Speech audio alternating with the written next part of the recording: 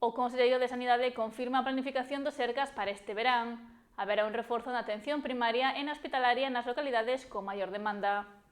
O verán é época de vacacións por excelencia. A merende parte dos traballadores aproveitan este período para tomar un descanso da rutina, descansar e desfrutar do bo tempo. Na sanidade pública non é diferente, e son moitos os profesionais que desfrutan dos seus correspondentes días. Sen embargo, entre os pacientes hai un ano máis o temor da saturación do sistema coa chegada de máis persoas ás vilas da comarca e a redución do persoal nos centros de saúde e hospitais. O conselleiro de Sanidade, Antonio Gómez Caamaño, garantiu en Ribeira o correcto funcionamento da rede sanitaria neste período estival. Bueno, a planificación que se fai na Consellería de Sanidade para todo o verán está contenida en un plan específico que abarca tanto a atención hospitalaria como a atención primaria.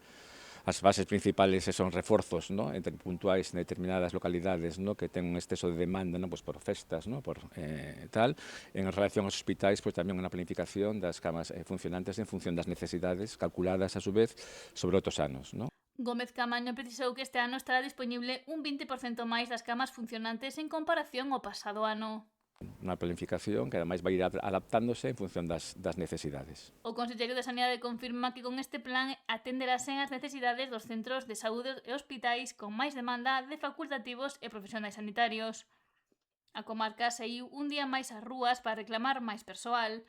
Veciñanza de Aguiño concentrouse para reclamar que se cubra a praza vacante, xa que unha das médicas está de baixa. Nas últimas semanas hai días nos que só hai unha profesional durante 3 horas pola mañá. Pobra tamén demandou o PAC a tempo completo e a cobertura das ausencias.